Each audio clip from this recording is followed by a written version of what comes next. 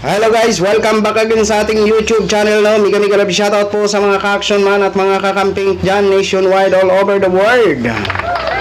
Okay, so ito mga ka-action, may gusto lang po ako na i-share sa inyo. Ito yung parang masasabi natin na pangungutya ni Vice President Sara Duterte.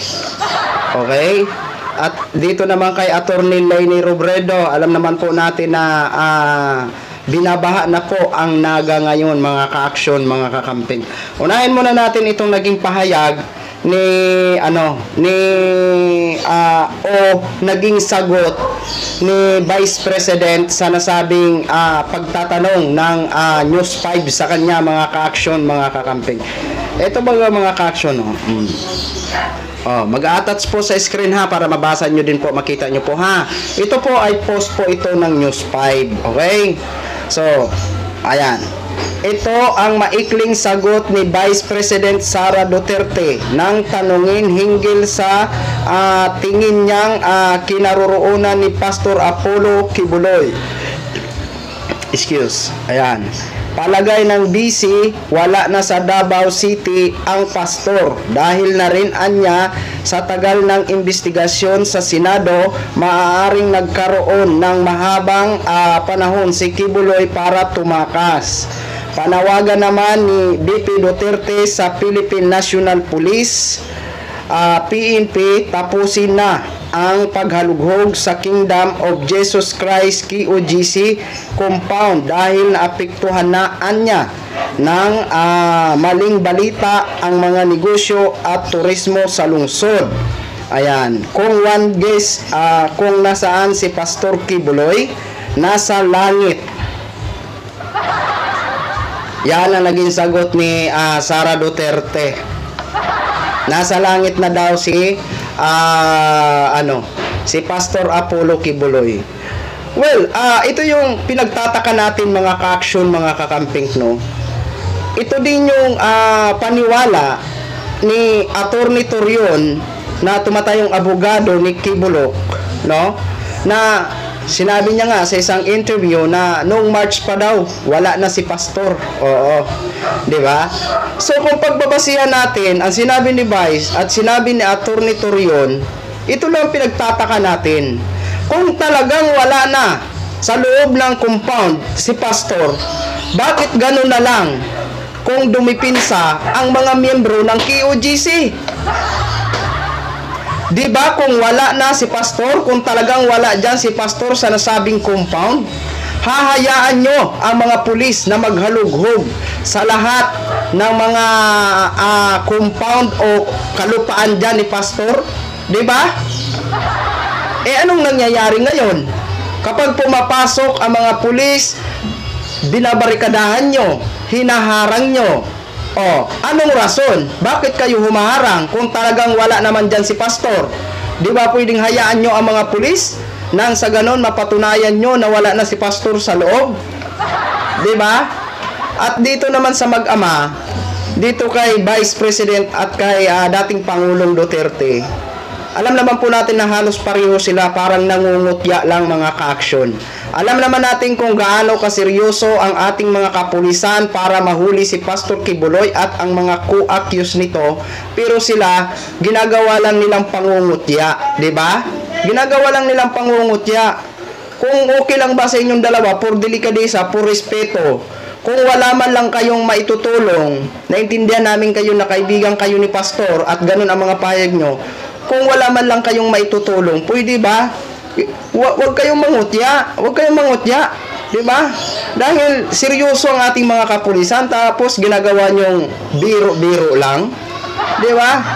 Isipin nyo, dating presidente ikaw, Digong. Tapos ikaw naman ngayon Vice President, current Vice President ngayon. Tapos ganyan-ganyan ang sagot-sagot mo, nasa langit. Tama ba yung pakinggan? Diba? Tama ba yun mga ka-action, mga kakamping? Isa itong malaking panginsulto. Alam naman natin to si Vice na para bang wala na siyang pakialam, basta lang kayo makapagsalita na makapagsalita. Diba? Isipin nyo, simulan nyo sa Senado, papuntang Kongreso, kung anong mga sagot nito. Diba? Parang wala na sa parang wala na sa hulog. Diba? Ito, pakinggan nyo po ito, itong video niya. Yes, kung nasaan si Pastor Kibuloy? Nasa langit. Yes, kung nasaan si Pastor Kibuloy? Nasa langit. Yes, kung nasaan si Pastor Kibuloy? Nasa langit. So ayun na, pinaulit-ulit ko po pagparinig sa inyo nang maintindihan nyo po ang sinabi ni Vice. O ano sa tingin nyo, maganda ba pakinggan? Alam ko, sa mga naniniwala, hindi ho talaga magandang pakinggan. Isang panginginsulto o pangungutya ni Vice President yan, mga ka-aksyon, mga kakamping. Di ba? Kaya sinasabi nga natin, kung okay lang sa inyo, kung may respeto pa kayo por delikadesa, wala naman kayong maitulong, pwede ba? Huwag na kayong mangutya. Di ba? Wala na nga kayong maitulong, sige pa kayong pabida-bida sa para kayo mapansin sa mapansin sa media. Wala ba kayong wala ba kayong matino na isasagot? Kundi puro lang kabulastugan. Di ba? O ito po, dumapo po tayo dito kay Attorney Leni Robredo. O ito po mga ka-action. Ayan, mag-attach pa rin sa screen. Ito po, kagabi po ito mga ka-action at may video din po ito na nag-ikot si Attorney Leni Robredo. O wait lang kasi nagdi-differentiate ang natin. Ano man natin. Look, former Vice President Leni Robredo share flood situation in barangay in Naga City, Camarines Sur.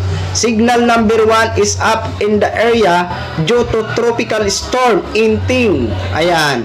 Screen grab from Robredo Instagram story. Oh, yan po mga ka-action ha. Papakita ko lang po. Oh, ayan po. Ayan, nakita nyo man siguro dyan sa screen, di ba? Oh. Ito po ang video niyan mga ka-action. Ito po ang video.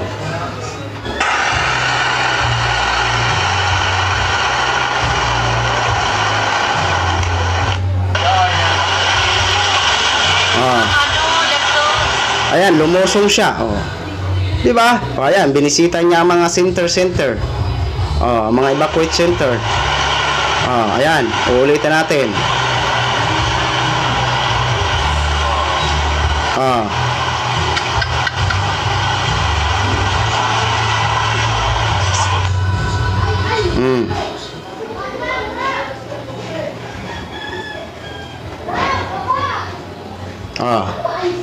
Di ba? Buti pa nga si former Vice President Attorney Leni Robredo kahit gabi lumulusong na Di ba? Oh, ito din yung ginawa. Ito din ang ginawa ng dating mayor na asawa niya na si Jesse Robredo. Kahit baha, ini-inspection agad ang mga bahay-bahay. Diba? Kaya ito siguro ang isa sa mga nakita ni Attorney Leni Robredo na kailangan niya maging mayor ng Naga para maipagpatuloy niya yung mga magandang ginagawa ng kanyang asawa na si Jesse Robredo noong itong mayor pa. Diba? Kasi uulitin ho natin, itong Naga, isa po ito sa nakilala sa pinakamaganda sa buong Asia, ang Naga City, mga ka-action, mga kakamping. Diba? O alin ang mas maganda tingnan? Yung dating former Vice President or ang current Vice President na si Sara Duterte ngayon? Na wala nang ginawa kung hindi puro pangungutya. Wala nang pakialam kung anong bibitawan niya na salita. Diba?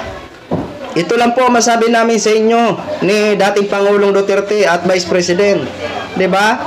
Sa patuloy nyo na pangungutya, patuloy din po kayo nasisira sa taong bayan.